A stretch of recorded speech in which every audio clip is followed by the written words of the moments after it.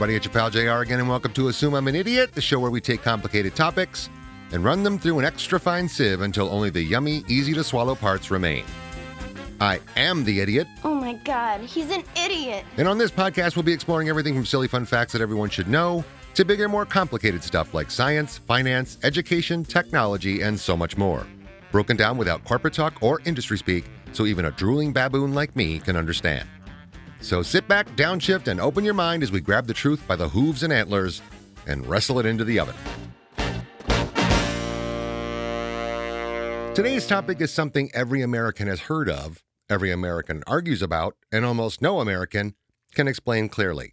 But first, it's time for Random Stuff You Should Know. Random Stuff You Should Know.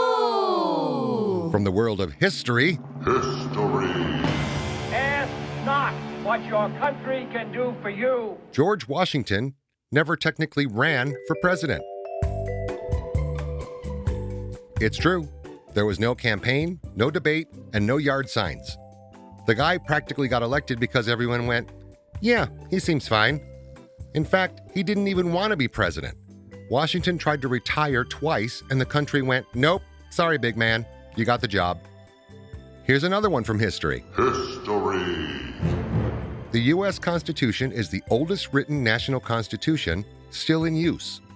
France has had 15 constitutions. Poland has had 6. Latin America swaps constitutions like phone cases. We're over here using our original stitched-up, patched-together one like it's a cherished blanket that Grandma made. And one more because this one melted my brain a little. Wonderful. Under 42% of Americans can name the 3 branches of government, but over 44% can name at least 3 Kardashians. Let that sink in. I weep for the future. So the Founding Fathers' fear of an uninformed electorate might have been, let's say, valid. Okay, on to the main topic. Today we're discussing an issue that rears its ugly head every 4 years, and even with every news channel dedicating hours to its explanation, is still difficult to understand for most people, myself included. I'm talking about the Electoral College deciding presidential elections. What it is, why it exists, why it might be outdated, and whether we should keep it or light it on constitutional fire. Now, as a reminder, I have the smarts and attention span of a 6-year-old. You're a moron. So's your mother. So anything I'm telling you is based on available info I gleaned from some simple research. And in a few minutes, I'm going to be joined by someone far smarter than me who will help break this down for all of us. But let's get some basic stuff out of the way first. The Electoral College was established by the Founding Fathers at the Constitutional Convention of 1787 and is outlined in Article 2, Section 1 of the U.S. Constitution. The system was a compromise between 2 opposing ideas, electing the president by a vote in Congress or a direct nationwide popular vote by qualified citizens. More on that a little later. The Electoral College is not a physical college. There's no campus, no cafeteria, no football team called the Fighting Electors, although that would be really cool.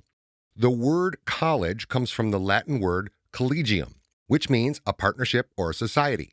Or put another way, a group of people acting together for a common function.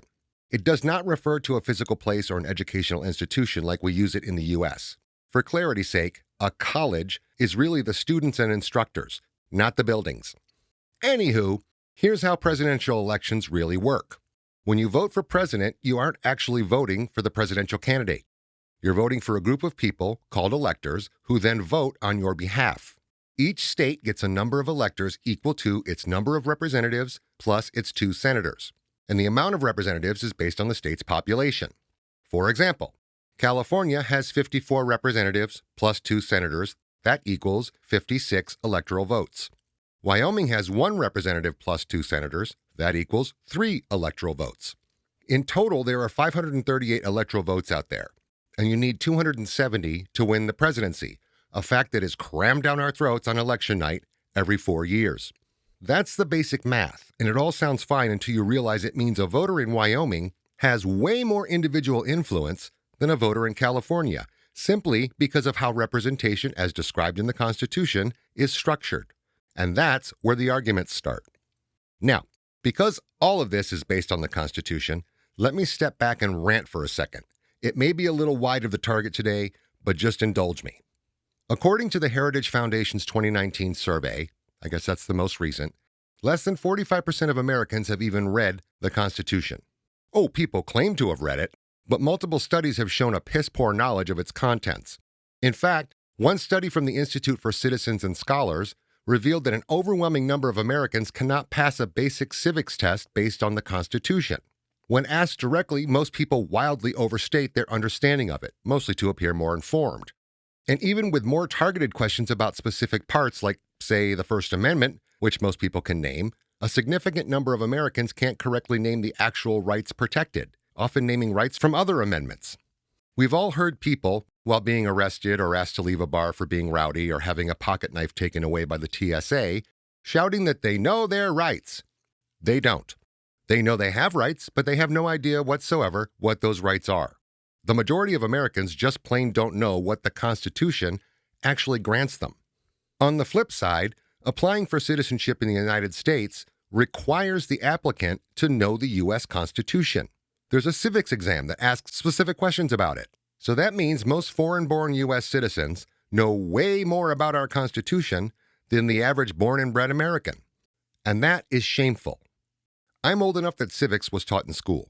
We were required to read and understand the Constitution. That was a long time ago, and of course, there have been more amendments since then, the last one being in 1992, which has nothing at all to do with your rights. It was an amendment guaranteeing salary levels for members of Congress. But we were required to know it. Obviously, my poor attention span didn't allow me to retain the bulk of it, but I can say with complete honesty that I read it and have a C to C+ understanding of it. But because the majority of schools no longer teach civics, there are generations of Americans who have never laid eyes on the Constitution. So, anyone shouting about their rights, usually while fall over drunk, is full of it. Please, U.S. education system, teach civics. Get rid of stupid things we don't need anymore, like cursive handwriting or trigonometry, and put civics back in the classroom. That's something that will always matter to people's day-to-day lives. There, I feel better. Okay, back to the topic at hand. Let's dive deeper into why we even have the Electoral College. Back in 1787, as I mentioned at the top, the U.S. had a problem. They needed a way to elect a president. But most people lived in isolated rural areas, information traveled slowly, and most voters wouldn't know who national candidates were or when an election was actually happening. Because of those factors, the founders didn't trust direct democracy. They were worried people would vote based on rumors or just choose the local big shot. Some delegates were concerned that a direct popular vote could lead to manipulation by factions or powerful regional interests. But they also didn't want Congress picking the president. So they came up with a compromise. Let the people vote for electors, and the electors, upstanding, well-informed citizens, at least in theory, would cast the official votes. It was basically a safety net, a government "are you sure" button. Regardless of why we have it, here's why people get angry about it. Most states use winner-take-all rules. If your candidate wins by even one vote, they get all the state's electoral votes. That's how you can have someone win the national popular vote but lose the presidency. This has happened 5 times in U.S. history. 1824, John Quincy Adams beats Andrew Jackson. 1876, Rutherford Hayes beat Samuel Tilden. 1888, Benjamin Harrison beat Grover Cleveland. 2000, George W. Bush beat Al Gore. And in 2016, Donald Trump beat Hillary Clinton. In each of those cases, the candidate with the largest popular vote count did not win the election. Those elections all caused serious national meltdowns, especially the 1876 one.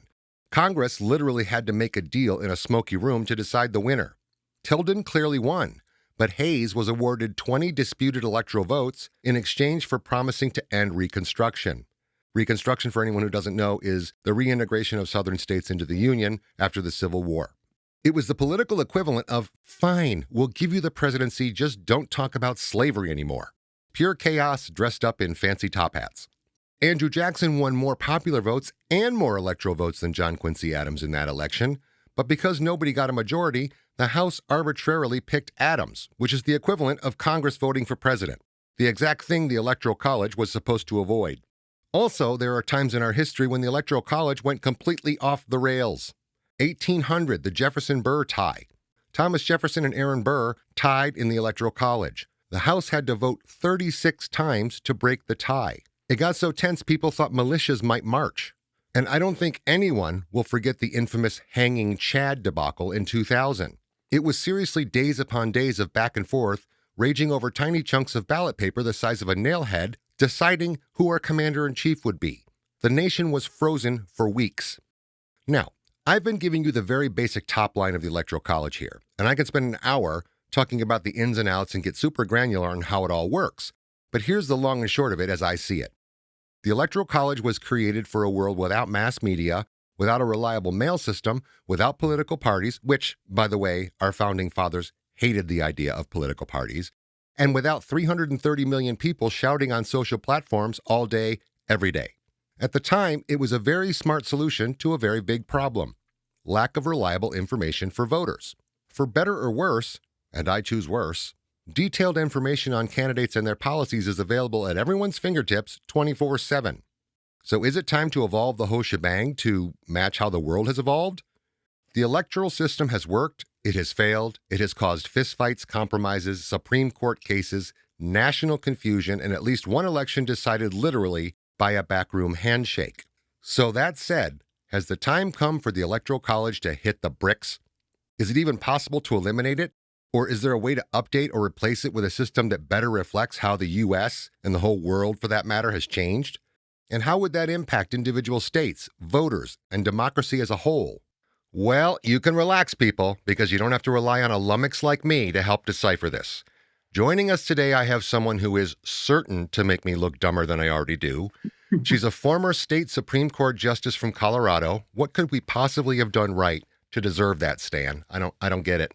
A former professor of law at the University of Colorado Law School. She was a trial attorney at the U.S. Department of Justice, a graduate of Harvard Law School, and I can go on and on for an hour just introducing her. Man, that is a resume, Stan.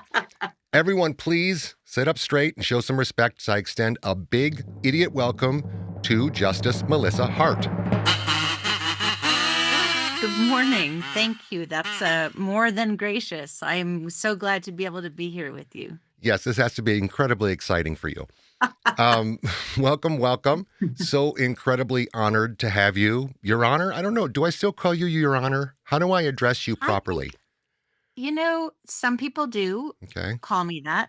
I actually, even when I was a justice, I really just wanted people to call me Melissa. So you're comfortable not in court, with that? I would hope.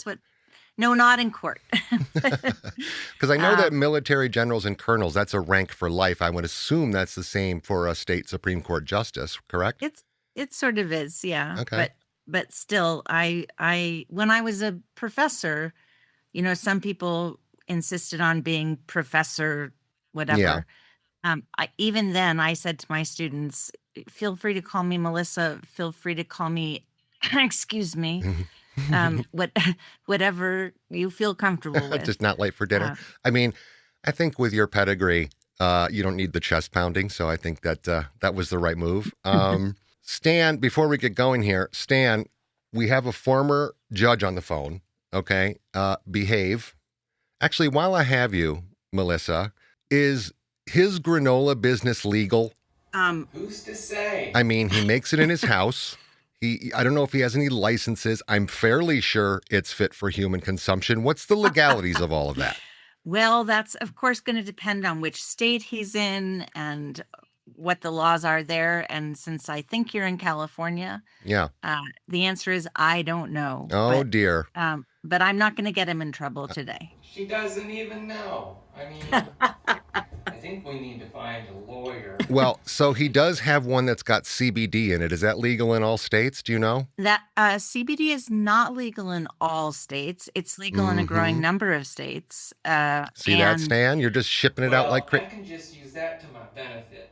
I can say illegal in many states, and it'll become much hotter item. But does it matter where it's made? That's the question. Again, it's going to be state by state dependent. But he's in trouble. I'm telling you already, he's in trouble. He doesn't listen to anybody. No. Actually, I have a bunch of little law questions before we get going, if you don't mind. I don't mind. I have always had a question about the judges on TV being able to quote chapter and verse of precedent cases. Like, what gives? Is that memorized? Like on Law and Order, for example, People versus Lipschitz, Your Honor, and then they state the case, and the judge always says, yes, but in that case, blah, blah, blah. I mean, do you have to memorize all that stuff? Well, so those are obviously scripts. So the judges, Yes. but in real life, yes, for judges, Wow. the expectation is that you know the relevant law for the case you're hearing. Wow. So, it may not be every single case that's out there, but if you're coming in to hear a case, you need to know about the law relevant to the case you're hearing. That's incredible. I don't have that kind of memory. I don't know how you do that. Do you know in advance, though, like it's going to be kind of focused on this section of cases? That's why you would have that sort of in your head, or a clerk tells you what it's going to be, or... Oh, absolutely. So one of the things that's been strange in my retirement from being a justice is I'm starting to read books again, because during the 8 years I was on the court, I was reading 1,000 pages a month probably of cases and briefs and things. Wow. So no casual time for yourself. Yeah, exactly. Also, here's another one. Can I use withdrawn in my everyday life? Because it feels like that would be very freeing to be able to say anything I want to people, then take it back. Withdrawn. You're a big idiot, Phil. Withdrawn. Can I just do that in my everyday life? Would that work? Depends on who you're talking to, I think. Well, it's Phil, and he deserves it. Okay. So tell me what it is you do. You're a retired justice. Tell me what it is you do now, please. Sure. I have started a business doing mediation and arbitration. So I still try to help people solve problems, which is what I'm passionate about, is trying to help people solve problems, just in this different context, which is not as a appointed judge, but as I don't know, we could say hired gun. I probably shouldn't say that. I like it, though. But the reason I'm not a hired gun is because the key thing is I'm a neutral. Okay. So neither side gets to hire me to argue their case. What I really like about our judicial system is it has to do with, it's the core of due process. People who are neutral decision makers. Okay, gotcha. And you want to plug your company while you're on here? Sure. Thank you. I work for a company called Judicial Arbiter Group Incorporated, based in Colorado, but I'm my own person. So people have to call and say they'd like to hire Melissa Hart. Okay, gotcha. So that's JAG? You go by JAG with that company? That is what we call ourselves, is JAG. I realize most people associate that with the military. Yeah, how do they feel about that? Is there a copyright on that? I don't think there is, actually. Now, I did say that you, in your intro, that you were a professor of law. My question is, and said with the utmost respect, how does a state Supreme Court justice lead to expertise in the Electoral College, which is what we're talking about today? Aside from you needing to know the Constitution in general, how do you get into the Electoral College here? So I used to be the director of the Constitutional Law Center at CU. So I did a lot of, as part of my job as a professor. Okay. So I did a lot of studying about the Constitution. And actually, I think I've learned the most about the Electoral College in my role for the past 7 years as a coach for a high school constitutional law competition. Oh, how about that? That's interesting. It's given me a chance to learn a lot about not just the Electoral College, but the Constitution generally, and things that I had never had a chance to learn in the course of teaching high school students. That's cool. I mean, as a judge, I would assume, and you can tell me if I'm wrong, I often am, that you would have to have a pretty strong understanding of the Constitution to begin with. Am I correct? Absolutely, yes. Okay. However, I would say the Electoral College doesn't come up often for state court judges. I can imagine, yeah. But the Constitution comes up all the time. Okay, you heard my intro. As usual, I'm bracing myself for a blow to my ego. Please tell me, Justice Hart, what did I get wrong? Oh, I actually don't think you got much wrong. Hey! Actually, there was nothing I thought you got wrong. I think what's interesting about your intro and what you talked about is how, even though there are people who feel very clear that the Electoral College should be done away with, there are people who think it's a good thing. Well, we're going to dig into that. I want to, first of all, even a broken clock is right twice a day, so I appreciate you giving me a little boost to my ego instead of cutting me down. That was fantastic.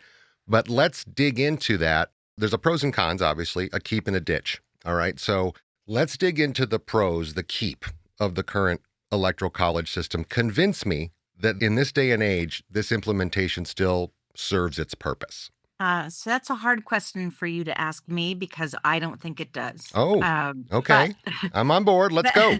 but I would say the benefits of it that are worth keeping in mind are probably the state control. Okay. So I think one of the things that is great about our election system and important about our election system and is about to become very relevant about our election system Yeah. is that it's controlled at a state level. Okay. So the Electoral College gives that control to each state. Okay. Now, you could give control to each state in a different way, but this is the way we've been doing it. And it's really important that elections be controlled at the state level because if you have the potential for, what do I want to say? Well, I'll just use the word I want to say, corrupt behavior at the federal level. I'll allow it. The fact that the state governments control elections is really good. Okay.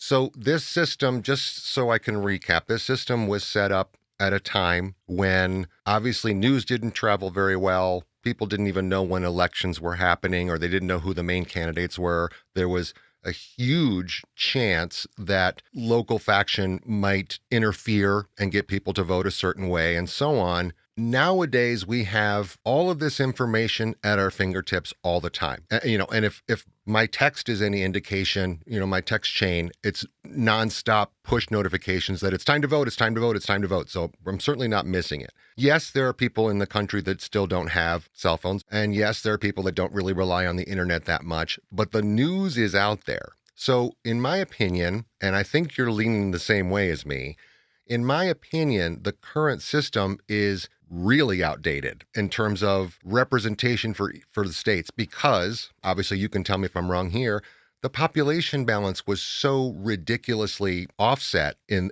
when this was devised. It's not so much anymore. Yeah, Wyoming still has a lower population than California, but it's not, there's 15 people living in Wyoming, right? Am I right in saying that? Yeah, no, there are more than 15 people, I assume. That's what I got another thing right.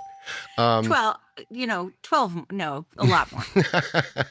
But I mean, I guess the point of that question was there's got to be some consideration even on the state level that this is a little bit outdated, or am I completely off the rails here? No, I don't think you're off the rails. And actually, one of the things I think is interesting that a lot of people don't know is that the founders, the founding fathers, as we call them, they assumed the Constitution was going to be amended regularly. Okay. So, for example, Thomas Jefferson actually very famously said the Constitution should be amended every 19 years. That's what he thought was that's a generation. Yeah. I don't know if that's still a generation, but at the time that was. And he wrote letters to James Madison and other founding fathers saying, this is what we need now. The next generation will decide what we need then. Okay. And so I think the Electoral College is a really good example of something that got sort of frozen with a number of weaknesses in it. Yeah. And that because the idea of the founding fathers that we would amend our Constitution regularly didn't play out. Yeah. In fact, it's been, I think you've noted, has been amended so rarely. Yeah. I mean, the last one, like I said, I think in my intro, was that the last one was amended and it had nothing to do with your rights whatsoever. It was like a pay raise or a pay bump or something for Congress. But exactly. And if you look, I think there are 27 amendments, and one of them is to repeal another one of them. Yeah. So if you really start counting, there are very few amendments. So in terms of the Electoral College, though, how intentional is that? I mean, there's a school of thought that says, we just haven't gotten around to amending it, or we don't have enough votes to amend it, or what have you. But there's also the school of thought that says, hey, we can do a little manipulation of our own. This is a nonpartisan show, so I'm not pointing a finger at a party or anything like that. Right. But we can use the Electoral College to our advantage in one way or another, and therefore we do not want to amend this in the Constitution. Well, and in fact, amending the Constitution is so hard. I mean, Yeah. that's why we've had so few amendments, or that's one of the reasons. Yeah. That I think that's why people who think we could maybe change who don't like the Electoral College and think we could maybe change it would prefer to do it without having to argue about amending the Constitution. And that's what the National Popular Vote Compact is. Okay. Is if we can just get enough states to decide that they're going to commit their electors to voting for whoever got the popular vote, we don't have to amend the Constitution. You can still use the Electoral College, but use it to enforce a system that was the exact system that the Electoral College was designed to avoid. Okay. So it's sort of a weird mechanism, but the idea for states that have adopted it is we would prefer to have the candidate who got the most votes be president. But so explain to me like I'm six. You're talking about the National Popular Vote Interstate Compact, which really rolls off the tongue. Yep, I mean, you so can't much. you can't even shorten it to NIPVIC. They clearly don't know the rules of acronyms, so it's got to be catchy. But explain what that is. Is that just so I'm clear? Is that a state level initiative, or is it? You got to sort of clear that up for me. Yeah. So there are tons of interstate compacts, actually, and by tons I don't mean tons, I mean dozens. But there are dozens of interstate compacts. There are interstate compacts about transporting convicted criminals across state lines. There are interstate compacts about disposal of waste. So the interstate compact is a legal construct that exists totally separate from the Electoral College.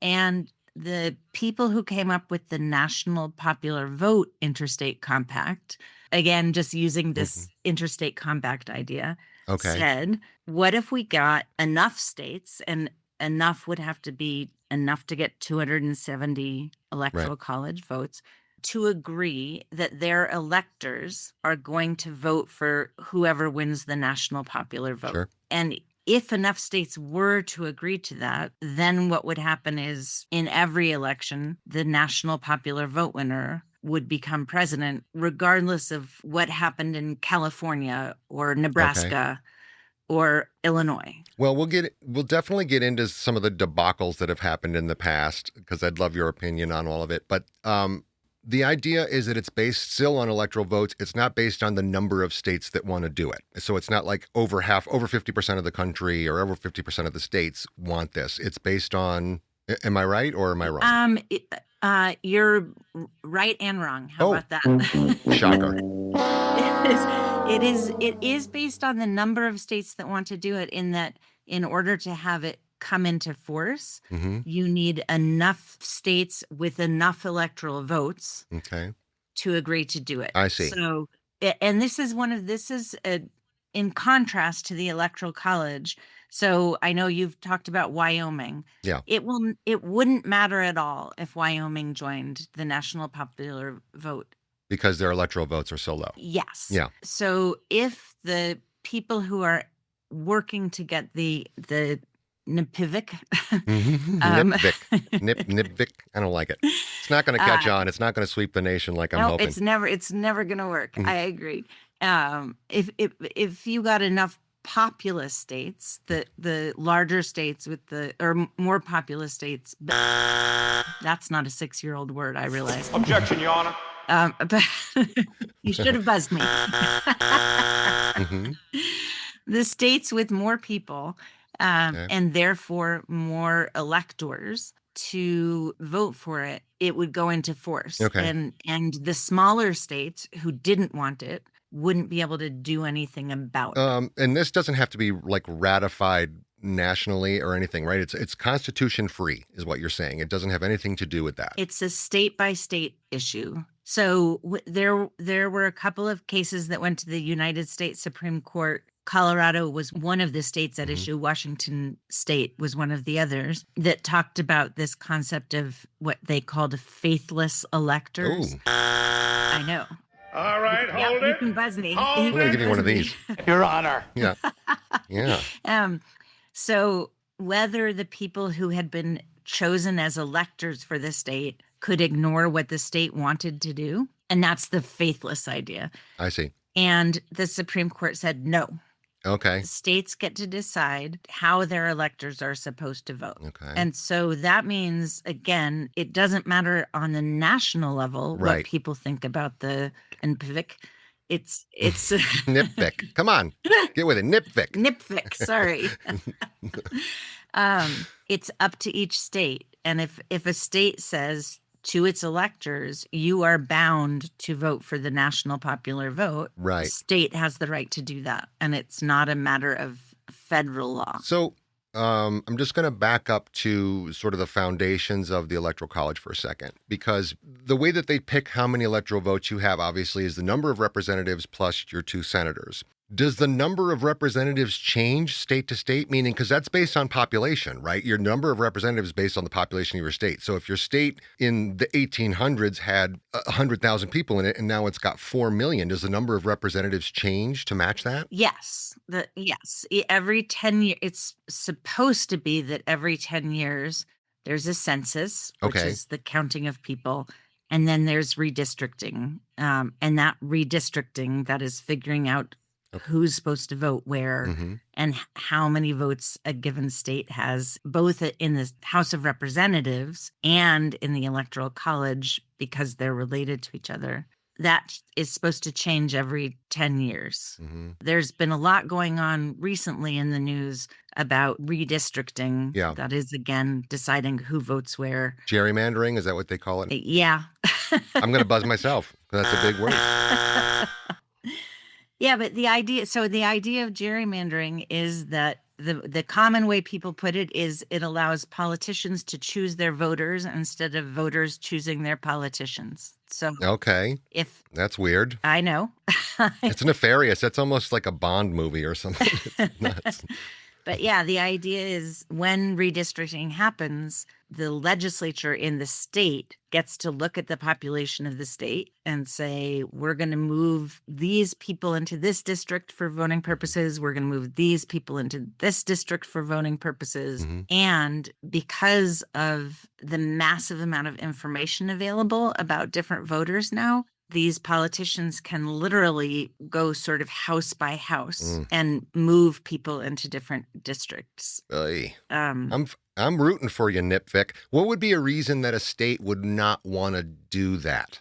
You might have answered that already to some degree, but what would keep a state from wanting to join the national popular blah, blah, blah, blah, blah? Well, I think the biggest reason, and this is the biggest reason perhaps in support of the Electoral College, is if you're a small state, again, sorry to pick on Wyoming, but if you're Wyoming, the majority of voters in Wyoming are Republican, and that's been true for a long time. Mm-hmm. And they don't really want Los Angeles to pick the president for them. Right. Okay, I get you. So we've been talking about the pros, why to keep the Electoral College. You may have answered it, but I'm going to ask you in a different way just so we get it right from the gut. What are some of the cons? Or moreover, what are some of the most common arguments that you get that, the Electoral College should hit the bricks? I mean, where are you hearing and what ones seem valid to you? I think the biggest one is sort of the opposite of what we were just saying, which is why should voters in small states now, again, when I say small states, they may be big geographically, but they have relatively small population. Small populace, yeah. Why should they be able to control who wins the presidency when you've got a majority of the people in the country saying we want a different person? So it's only happened, as you noted, it's only happened 5 times that the person who won the national popular vote wasn't elected. Mm-hmm. But when it happens, it has big impacts. It's a debacle. Yeah. I mean, it really does. We'll dive into those a little bit more as we move on here. But, I always think about the hanging Chad election because it's just the dumbest thing in the world when you think about a tiny little piece of paper is freezing the nation for however many weeks while they're deciding what to count and what not. It was the craziest thing. I mean, there's a lot of younger people that are listening to this that have no idea what we're talking about, but look it up. The hanging Chad election in 2000 was insanity, and it literally paralyzed the country for I don't know how long. Absolutely. It was crazy. I Insane. think a lot of young people probably know about the hanging Chad because of How I Met Your Mother. Yeah, probably. But That's good. Yeah.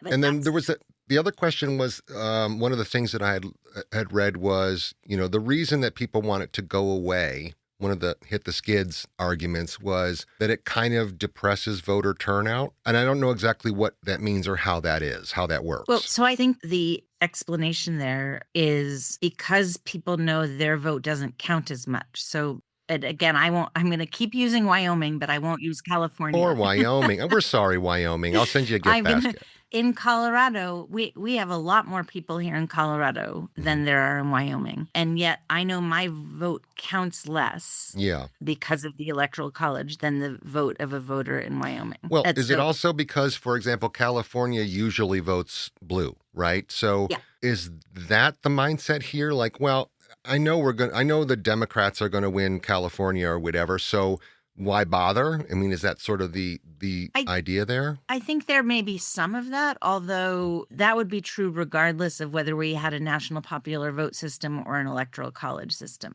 So Okay. I don't think that specific thing is affected by the electoral college. I think one of the things I know you've talked about is the states that get the most attention in the elections in terms of both candidate time and then, good Lord, advertising time. Dear Um, Jesus.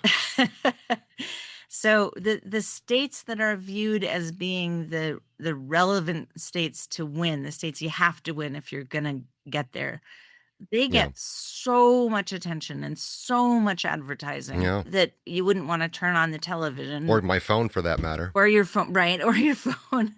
Mm. Um, we're not that way in Colorado because we're at this point pretty blue. hmm I'm guessing, well, with the exception of the most recent election in California, you don't get too much. Yeah. But the states that are viewed as the swing states, which is the states where those few electoral college votes are going to push it over the edge. Yeah. Is that because there's a party split in that state? Is that why those are swing states? I've always wondered what that was about. Why are they called swing states? And like what qualifies them as a swing As a swing state? state. Yeah.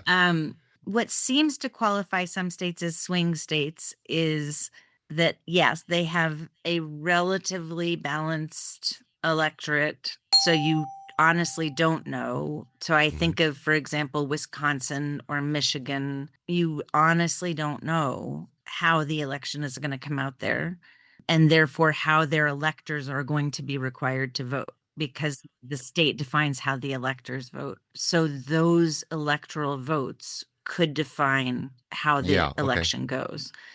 When did And that term start? When did that term start to hit the mainstream swing state? oh, I don't know the answer to that I'll have to question. look that one up. I've never really thought about it till just now. Like, how long has it been a swing state? Was the Roaring '20s? Say, hey, it's a swing state. Swing. Um, I don't know. That's an interesting question. But what's interesting is that I think you and I both probably, even at a 6-year-old education level, Sure. could name the swing states. There are just so few at this point. Okay. And so they I get, hate that swing state coverage stuff that goes on. It's the same way I feel about, and I'm hoping you feel the same way. These people that are the quote unquote undecided voters, right? That I'm like, okay, like, no, you're not. And the idea that I think they just know that if you list yourself as undecided, you've got a chance of being on Good Morning America as one of those people sitting in the 2 rows with the undecided. Who is undecided on the day before the election? It's complete nonsense to well, me. I'm actually going to argue with you about that. It may not get on the show, but I'm going to How argue dare with you? about it. How dare you, madam? I think an awful lot of voters are undecided because A, they may not even be voters, but B, even if they are voters, they have to get their kids to school, get to their 1 or 2 jobs. Yeah. They really haven't had time to think about this. And this gets back to why the Electoral College was created, was some idea that you would have smart, People in the know. informed, people in the know who would ultimately make the decision. The problem with that is that even the people who are just trying to get their kids to school and get their jobs done and desperately trying to vote have opinions. Sure. They may not have them until election day, but they do have opinions, but they may be undecided the day before because they really haven't had time to think about it. I think they want their moment in the spotlight. I know that you're disagreeing with me here, but I think they've like, man, we get a chance to be on the Today Show if we don't cast our vote. It's always weird to me though, because again, I understand what you're saying about busy lives. Certainly, I'm a parent. I get it. We're both working parents, and my kids are older now. But when we were younger, I just had a discussion with another guest on. The world has changed, but things like school haven't changed. School still expects you to have one parent that's available to you at all times. And yeah, it's crazy. Like, I did, I got a project for you and your parents. No, I went to school. I'm good. I'm not going to do a project. So, and I understand that busyness. But again, a lot of this is so in your face for months building up to an election. There's busy, but then there's a little bit of like, real, have you just not been paying attention? Like it's just in your snoot every 6 seconds about what candidate believes in what, and there's another debate on TV and whatever else. And to me, I'm always like, really? How on 24 hours before the vote do you not have your mind made up here?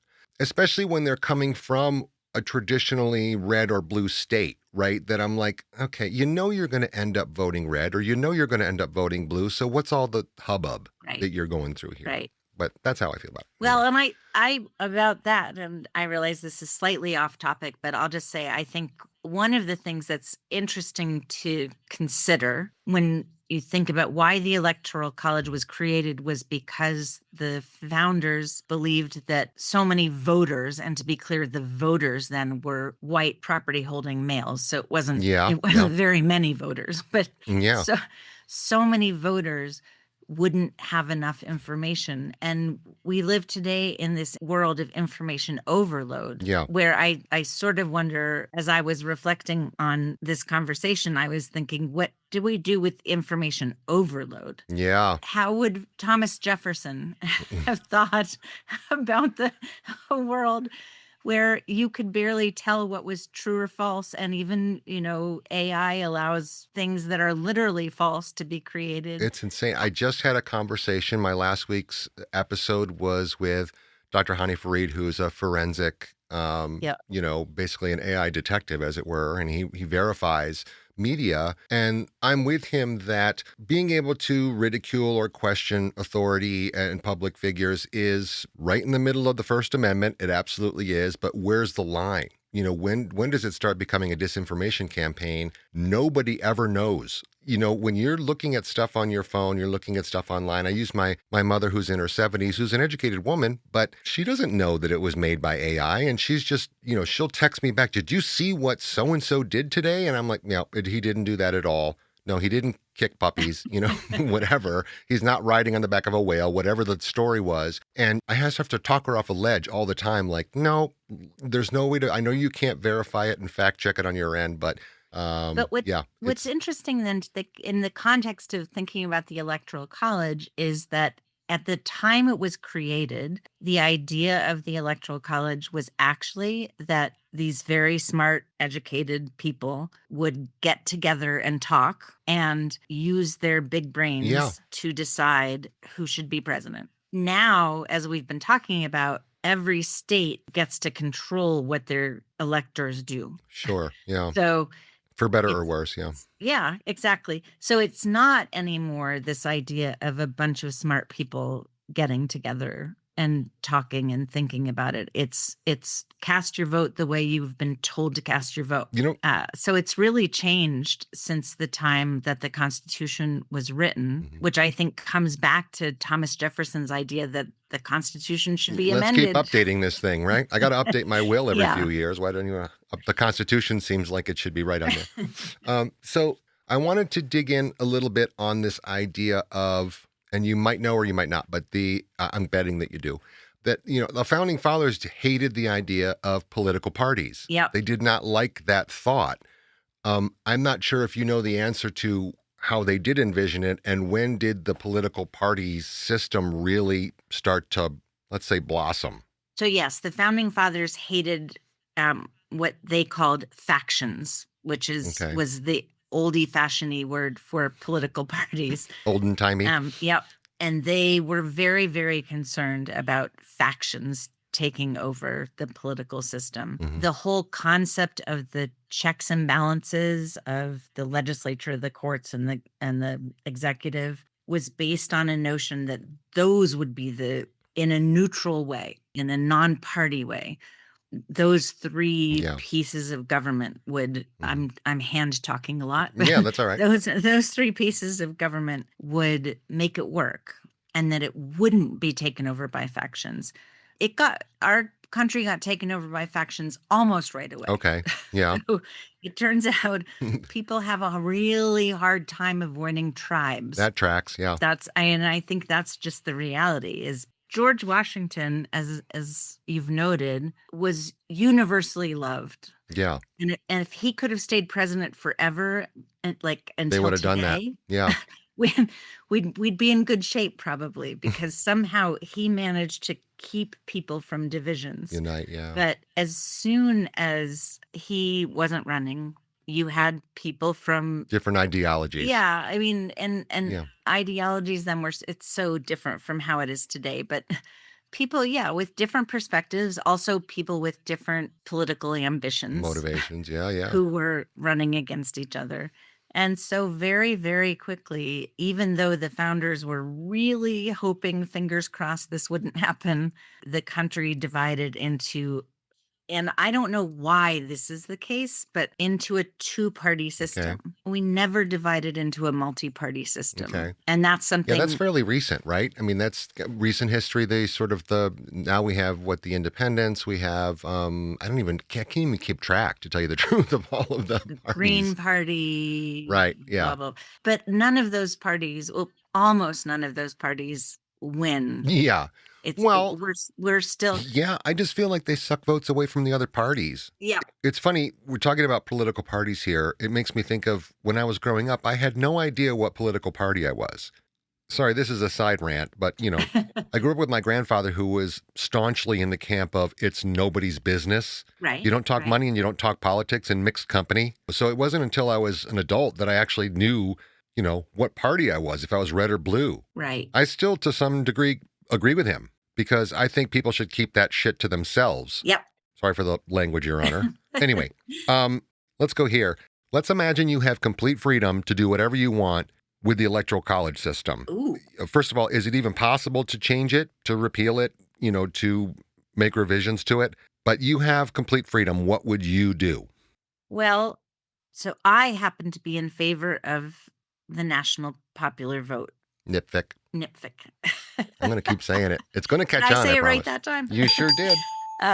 I do tend to think that the person who wins the popular vote should be president, even when I disagree with who the national popular vote went for. So sure, the people have spoken. Yeah. I'm down with that. That's what democracy is. I think that makes the most sense. I especially think so because the Electoral College came from a racist 3/5 compromise in our Constitution. And I sort of think doing away with all of the vestiges, all of the past history of slavery is a good idea. Oh, so you and me both, yeah. So I just generally, I think it would be good to get rid of the Electoral College, or more accurately, have enough states dedicate their electors to the national popular vote. I think that would be a good idea. And I agree with you that we're not going to get rid of the Electoral College because amending the Constitution is too hard now. And that's not something people are going to get passionate about. Okay. So let's say that we live in an imaginary world. Let's say that it does come to pass, that NIPVIC becomes the way that we vote. See, you're starting to smile. You know it's going to catch on. So who's the big losers there? Is anybody a loser there, or is it all win-win? To my mind, it's pretty much win-win. Okay. I do think you will see frustrated smaller states and states with less population feeling as if their votes didn't count the way they should have. I want to go back and say and put the way they should have into big air quotes, because we get used to the system that we have. So there are a lot of states that have had more power because of the Electoral College that would have less power if we went to the national popular vote. So they will feel unheard or treated unfairly. But at the same time, you have right now, I think, states like New York and California, Illinois, to a certain extent, feel like they're not treated fairly given the size of their population. Because the Electoral College ends up sort of canceling them out. Yeah, I agree with that. It's funny, every once in a while, I've lived here since 2008 in California. Every few years, let's say every 4 or 5 years, it starts the rumbling again of California leaving the union vibe, right? Because, we're big enough, we're self-sufficient, we don't really, well, I'm going to say need, and I'm going to use my big air quotes. We don't really need, as it were, a lot of federal help on most things unless there's a disaster. And, our taxes are high for a reason because we want to be self-sufficient, self-contained. So it's interesting to me that you're right. The Electoral College kind of spits in the face of a state like California or even New York. I mean, definitely. Yeah, I mean, more California than New York, but Texas certainly is one of those states that are like, yep, we're out. We're going to do our own thing. However, they need a little bit more federal help than California does. But yeah, I never really put it together how the Electoral College is kind of kicking the bigger states like that. I don't want to say bigger states. I don't know what's the right way to express that. I think it's just states with more people. Yeah. I mean, because Florida's got a large population, but from all I could see in my research, they love the Electoral College. Right. I mean, they don't have a problem with it. And so I know the goal here is to be nonpartisan. Yes. And I am not trying to interfere with that goal. But I will say the reality is that the people pushing the national popular vote are Democrats. Okay. And the people opposed to it are Republicans. Okay. Because at the end of the day, however you divide the states up, most of the time, and keep in mind, Donald Trump won the national popular vote in 2024. So it's not all of the time, but most of the time today, if you count up the national popular vote, it comes out in favor of Democrats. So is there, because of the reality of where the population is and gotcha. Okay. How they vote. So I want to just really quickly before we start steaming the ship into port. Some of these, we talked a little bit about the hanging chad, but some of these elections in the past where the popular vote did not win the presidency were absolute debacles. The 2016 election obviously is the one that's probably freshest in most people's minds because that one was going to bed thinking, oh, okay, she won, and waking up to finding out that she did not win, right? So absolutely. And the George Bush, Al Gore was the hanging chads. But if we were talking about like the Samuel Tilden, like those back that no one really thinks about anymore. Right. That was kind of smoky back room politics. I mean, yes. And that was actually, I mean, who knows what our future is going to look like. Yeah. But the Rutherford Hayes, Samuel Tilden election, the consequences of the fact that the Electoral College had to be essentially negotiated had meaning for the next, well, I think still has meaning. But certainly had meaning for the next 80 years in the South because Hayes ended up sort of pushing the votes towards him through as you say, a backroom negotiation. Yeah. And the other side of the negotiation, besides I get your votes, was we're going to end Reconstruction and we're going to remove federal troops from the South and we're going to let the South do what they want. Yep. And what did they want to do? They wanted to have Jim Crow laws and no Black people voting. And that's what happened until the Voting Rights Act of 1965 in terms of the voting issue. So it lasted from 1876 to 1965 of the effect of that election is what you're saying. Yeah. And since the Supreme Court just essentially removed the Voting Rights Act, I again will have to see what the future looks like. But the consequences of that battle Yeah. were so huge, and people should be aware of that it really affected our future, and it was about the Electoral College.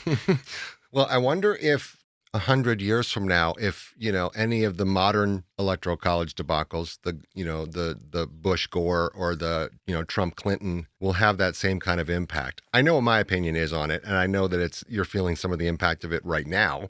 But I just wonder if it's so weird when you think of this idea of these historic things that are happening in the 1800s, 1700s, whatever, that like they still affect you to this day. There's no way for us to think, or at least me personally, to think in the future, like what is happening right now that will affect generations. It's so strange. I can't put my head around that. I totally agree. It's, people talk about, or people use the expression, history will tell the story of this time as, Yeah. air quotes again, Yeah. because I don't know the answer. But honestly, we don't know. There's been the elections of the past few years have had so many unpleasant aspects. Oh. I'm sure you'll cut this, but No, go ahead. I was listening to a podcast today. Objection. That was How dare talking- you? You were listening to another podcast? You were I cheating on me with another apologize. podcast? I apologize. I'll allow it. But that was talking about the book that Jill Biden just wrote and how she felt that her husband actually couldn't have served another term. And I haven't read the book, but apparently that's what she says in the book. And I thought, what impact did that set of choices around that election, Yeah. right? And the decision to sort of keep that out of view have on the future. Yeah. I think it will be considerable, but we don't know today. Well, and that also it smacks right up against the hindsight is 2020, right? So Exactly. what we're perceiving the future will think about something is hits that head on, unfortunately. Well, maybe fortunately. I don't know. I'm saying unfortunately, but it might actually balance things out a little bit. All right. So before we go, I need to get from you. I explained in my intro, first of all, I'd like to talk about this just a little bit. This idea that nobody in this country knows what their rights are. I know we're off the topic of the Electoral College here. Nobody knows what their rights are. They claim to know. They think they know. They have no idea. And people in other countries not only know their own rights and laws, but they know ours in order to immigrate here. So this all comes down to civics in school for me, right? That they don't teach civics anymore. They teach stupid things that we don't need any longer. I have my own issues. I'm going to do a whole episode on, advanced math. That, okay, the whole world's got a calculator in their pocket. Like you don't need advanced math anymore unless you're going into a science. That's my opinion. I'm sure someone Me will. too. Yes. Okay. So cursive handwriting is nice at Christmas time, but that's pretty much the only time anybody ever uses it. So you don't need to spend time on that. Learn language, of course, and grammar. I'm one of the grammar police. But in terms of like people understanding how important it is to know your actual rights, and that's not just in the case of an emergency, I'm getting arrested. It's just in general what the Constitution grants you. I think civics needs to go back into schools. I think people need to learn this stuff. I think a lot of people will be, I'm not going to say better off because that's a pretty broad term, but I think a lot of people will find some comfort in knowing those things. How do you feel about that? I agree with you that knowing civics is extremely important. Mm-hmm. And I am going to take issue with your statement that schools aren't teaching it. Okay. Well, not here. So go ahead. Not in California? No, both my children. So, both of my kids, when it was time for them to vote, when they were old enough to vote, they had no idea how to do it. My kids also, they don't teach home ec. They don't teach anything like that either. Like, I sent my son to go get a book of stamps at the post office and got 3 phone calls. Well, who do I go to? Where do I talk? Who do I talk? I'm like, are you kidding me? Just walk up and get a book of stamps. But in my brain, it's because, you learn that stuff in school when we were little. We didn't have our parents teaching. Our parents were too busy with their own shit. They had their jobs and whatever else. And they couldn't, I was a latchkey kid. They couldn't have cared less what we were doing between 6 a.m. and 4 p.m., whatever. So that stuff was taught in school for us. Including stuff like driver's ed, which doesn't really apply here, but like that was taught in school. You didn't have to go get a separate driver ed class outside of school. But my kids had no idea how to vote, what it really meant, why it was important that they voted. Even though they are online with their friends and they're bantering back and forth about fake made up stories about a candidate, they didn't really know the importance. What does that mean? Or why do I have to vote in a midterm election? Why is that important? Why does my state representative matter? That kind of thing. So if you are getting, if in Colorado they're getting taught civics, congratulations, because there's not going on here. Well, that's disappointing to hear. I do agree with you that there is less civics education than there should be. Yeah. And as I said, I agree that civics should win over advanced math. Amen. But I believe that there are some really good civics programs out there. Yeah. And just not enough people are getting access to them. Yeah. And schools have become so overloaded with mandatory teaching issues that, and civics hasn't risen to the top. So I think it would be great if civics was mandated in every state. I'm dismayed to hear that it's not mandated in every state because it isn't. It is in Colorado, and I think it's essential. I think it is at the collegiate level, but it's not but not at the high school level. No, and it's at the high school level that we need it. Right. I think also one of the challenges is, and I can't say whether this predated COVID because my kids were both in high school during COVID, but same. I do think COVID changed a lot of things in terms of engagement with learning. Yeah. And so that kids may be getting the learning, but they may not be getting the learning. Right. Okay. I get what you're saying. I mean, I just think, again, you need to have an understanding of the Constitution to become a U.S. citizen if you're coming from out of... Absolutely. Yeah. Right. So why not make civics a requirement to get your driver's license or to get your voter card? You know what I mean? Make it a mandatory that way where it's, my kids, to get their driver's license, you need X number of hours of driver ed, right? So make it a requirement in order to do something else, whether that's to get your permanent license. I don't know, but it seems to me like it's something that helps people in their everyday lives, whether they know it or not. Versus absolutely advanced math. I couldn't agree more. And I think it's an interesting idea to have it be a requirement, as you say, for people becoming U.S. citizens. They actually have to take a test. Yeah. Why not make it a requirement for a driver's license? And I'm going to give it a better acronym than NIPVIC. I promise you that, because I want it to be catchy. Okay. Before we roll out, give me one unbelievably cool fact about whether it's the Electoral College or whether it's just the Constitution as a whole. Give me one fact that most people don't know that they'd go, really? That's crazy. Unfortunately, all of my unbelievable facts about the Constitution aren't that cool. Okay. Well, I'll be the judge of that. You go ahead and give me the fact and I'll let you know. I'll buzz you if it's not cool. So one of the reasons that I am disturbed by the Electoral College is actually one of the things that makes me frustrated about the Constitution, which is that 3/5 compromise, the idea that Black people only counted as 3/5 of a person, right, is still there. It's still in our Constitution. It never got removed. It is? So even though there have been amendments, nobody reached out to amend the Constitution to take that out. So even when the 13th Amendment was passed, there was no consideration of removing that? Nope. It's still there. So both things are still there. That is bananas. Bananas. I didn't know that. To tell you the truth, I really did not know that. I just assumed as soon as Black people were able to vote, got the right to vote, that would be gone. That's crazy. Yeah. Nope. It's still there. And lots of states still have constitutions that permit slavery as a condition of imprisonment. Oh, dear God.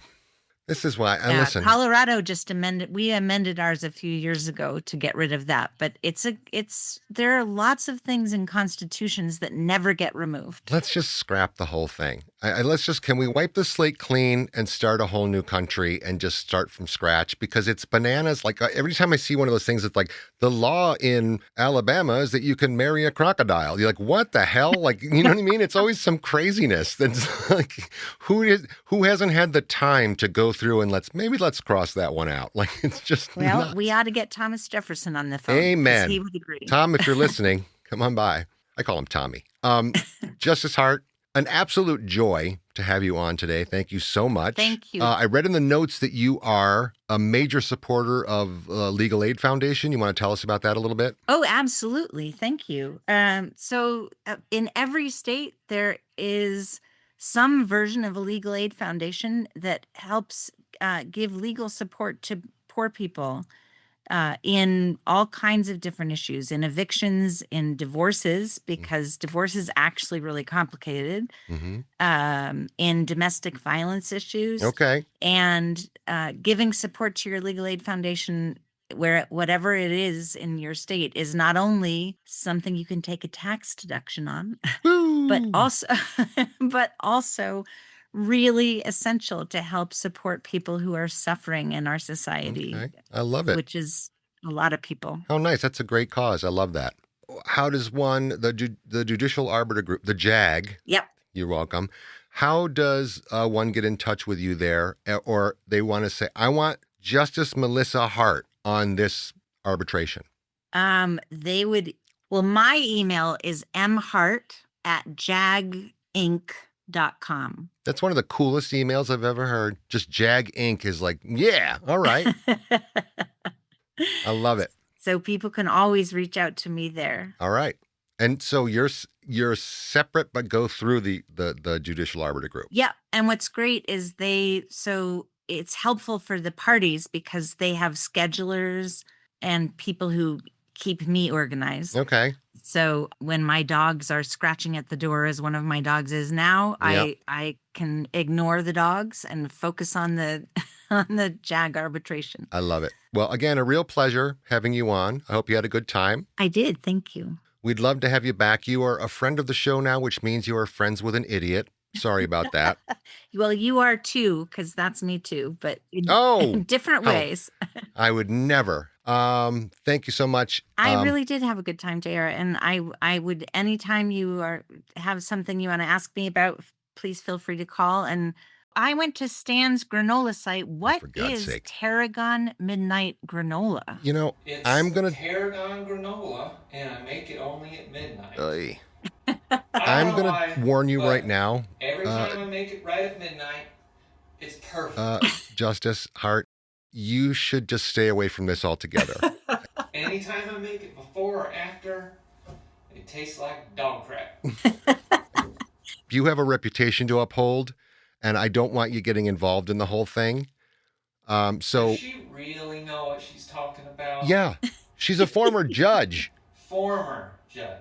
May I ask you, what does cave aged mean? Okay. Isn't that self-explanatory? I don't know. He went on a trip to Tibet. Think of the best cheeses you've ever had in the world. He came back and had all these cockamamie acidine ideas about granola. It's not even cooked, as far as I can tell. Cave aged. It's the exact Yeah, that's probably not healthy, Stan. atmosphere. Have you thought about that? For the cheese. Oh, I am going to look into this because something tells me it's not all on the up and up. you hear that? Please do. Laws change every day. He won't learn unless the authorities get involved. You hear that? I heard nothing. Yeah. I'm pleading fifth. Watch your P's and Q's, Buster. Okay. Justice Hart, so great talking with you. Please come back on with us, okay? Cool? Absolutely. Anytime. Thank you so much. Excellent. It was lovely to talk with you. Same. Take care. That does it for this time. Appreciate you listening. Thanks so much to our guest, Justice Melissa Hart, who hopefully untangled all the parts I got wrong and helped us all understand this at least a little bit better. I appreciate your expertise. Thank you so much, Your Honor. Eager to tell me everything I got wrong? Want to express what a gigantic buffoon I am? Or maybe you just have an idea for a cool topic? Well, we'd love to hear from you.